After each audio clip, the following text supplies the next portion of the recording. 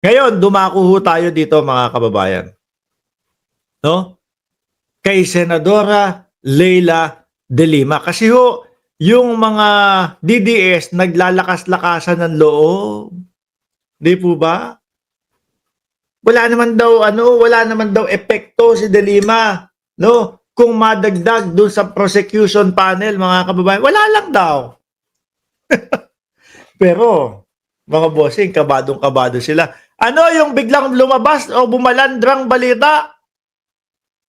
Yung akwital ni de Lima, bubusisiin ulit,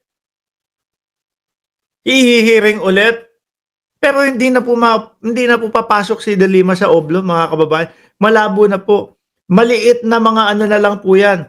Maliit na pagpaplantya na lang po yan, mga kababayan. No? Hindi na babalik si de Lima sa loob. Wag kayong umasa doon. Alam niyo po kung sino nag-ano nun? Nangasiwa o nanguna doon sa kay de Lima? Si Menardo Guevara, mga bossing. Appointee ni dating Pangulong Duterte. O ngayon, sabi nyo, di ba, malakas pa din kayo kahit na dumagdag si Seldocno at si de Lima. Kami iba yung nakikita namin eh. Eto ho, mga kababayan, yung dalawang to, malulupit na mga lawyer ho ito. Oo nga, Susunod, ibabalik ko dito sa gilid dyan. Ano?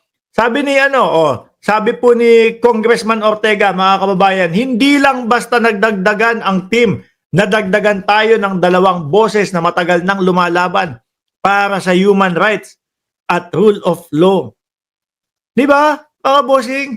Mas eksperyensado ho itong dalawa na to. At mismong sila, mga kababayan, naranasan nila yung lupit ni dating Pangulong Duterte. Naalala ko tuloy, mga bossing. Naalala ko tuloy, mga kababayan, nung panahon, no, na nangangampanya si Senadora Leila de Lima. Ang gamit niya, yung standee din. Yung standee. Diba? Pinagtatawanan ni Digong, pinagtatawanan ni Kibuloy. Anak ng tinapa ngayon, tignan mo sila nangangampanya.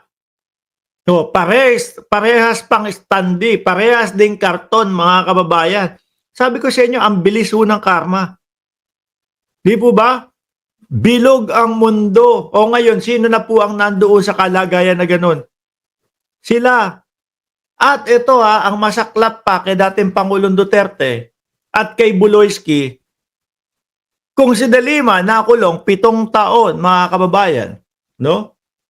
Si Duterte minimum 8 taon. Mga bossing, minimum 8 taon si Digong doon sa loob ng oblo ng ICC. At kapag minalas-malas pa, parang addict din tong vlog. Yan lang. Ang ina naman bumanat. Pang walang kokote yan eh. Biruin mo, pangalawang topic natin. Hanggang ngayon, parang addict tong vlogger natin. Yan na yung banat nyo. Anak ng tinapa naman mga DDS to. No? Santambak na naman mga bobo. Nandito na naman. Diba? Imbis na sana, Mark, hindi ako agree dyan sa sinasabi mo. Ito ang paliwanag ko. Ang iko-komento, parang addict din tong vlogger na ito. Ano? Yun lang yun. Kasi mga kababayan, yung kanilang mga iniidolo, wala po silang marinig na pagpapaliwanag. Paano naman ipapaliwanag nung mga mahihina po at mangmang na mga DDS? Diba? Kaya ang laging komento niyang mga yan, addict tong si Mark Ramos. Bayaran tong si Mark Ramos. Ganun lang ho yan. Diba? Mismo doon sa iniidolo nila, wala silang marinig na paliwanag. Ano papaliwanag nila dito? Di wala. Di po ba, mga kababayan? Ngayon, ang lugi ni Digong dito, mga bossing, siya, aabot ng 8 taon, saka pa lang malalaman kung siya ba ay lalaya or makukulong pa. Sa dami ho, mga kababayan, sa santambak na ebidensya kay Digong at napakaraming testigo laban kay Duterte, malamang ho yan yung sinasabi nung mga nagko-komento dyan. Sabi, nasa garapon na daw iuuwi si dating Pangulong Duterte. Di ba? Ako ho, mga kababayan, uy, masasaktan mga DDS, sasabihin ko. Tingin ko hindi na matatapos ni dating Pangulong Duterte. Yan paglilitis na yan. Nakita nyo yung itsura niya nung huli? No? Parang mamamatay na po. Ayoko na mapadali si dating Pangulong Duterte, mga kababayan. Pero yung ipinakita niya sa atin na itsura niya, my name is Rodrigo. Anak ng tinapa. Parang may pa-birthday sa kantuhan, di ba, Ma'am Chris Rose? Leonora Padungay. Maraming salamat po sa inyong super sticker. Parang yung napadaan, tapos merong birthday party ng mga bata. No? Uy, sali ako dyan. Sali ako dyan. O sige, anong palaro dyan? Babanggitin mo kung ano pangalan mo. O sige, magaling ako dyan. My name is Rodrigo. Yung ganong itsura ni dating Pangulong Duterte, kung 8 taon ang gugugulin para diyan sa kanyang paglilitis, anak ng tinapa, hindi na matatapos yan. Di ba? Ang ending ho niyan, mga kababayan, ikinalulungkot po namin ang balita na si dating Pangulong Duterte po, malamang ganyan na. Tapos iyakan, anong ginawa niyo sa tatay namin? Hindi, real talk lang tayo. Nakikita nyo naman ang itsura ni dating Pangulong Duterte. Di ba? Akala nyo yata o akala nila, mga kababayan, is makakatulong sa kanya yun. Di ba? Akala niya makakatulong sa kanya yun. Hindi, mas lalong tumatagal yung hearing sa kanya. Baka lumagpas pa ng 8 taon yan. Anyway, balik tayo dito.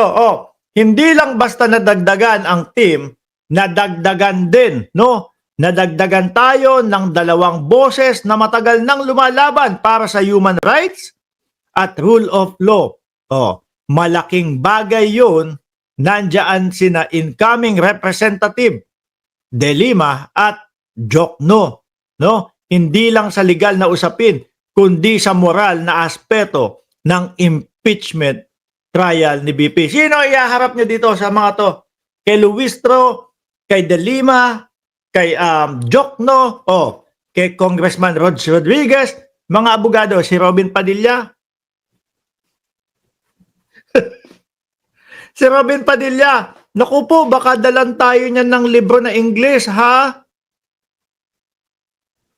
Di ba? Naku po, baka dalan po tayo ng librong English, tapos babasahan si De Lima, si Shel Jokno, at si Luistro. Pagkahaba-haba ng babasahin English, pagdating sa pagdating sa dulo, hindi yun yung pinag-uusapan. Kasi binasa lang mga kababayan. Di ba? Kasi binasa lang. Minsan niya Tagalog na yung pinag-uusapan doon. Tagalog na yung pinag-uusapan doon, mga bossing. Hindi pa din naiintindihan ni Robin Padilla. Yung kanya, siya na mismo nagpasa ng bill. Anti-dynasty. Di ba? Anti-dynasty yung gusto niya ipasa. Tapos, okay po sa amin. Okay po sa amin, no? Okay sa akin, 3 Duterte. Mark Ramos, bayaran. Uy, sakit. Aray ko, ayoko na mag-vlog. Ayoko na sakit, tinawag ang bayaran. Mga DDS. Sa tingin nyo, sa araw-araw na pagbablog namin, sa araw-araw na humaharap ako, sa mga manonood. Umaabot 10,000 kada gabi, umaabot ng 100,000 views. Yung mga, tingin nyo, yung mga ganyang sinasabi nyo, nasasaktan pa ako? Uy, tinawag akong bayan. Ayoko na, hindi na ako magbablog bukas.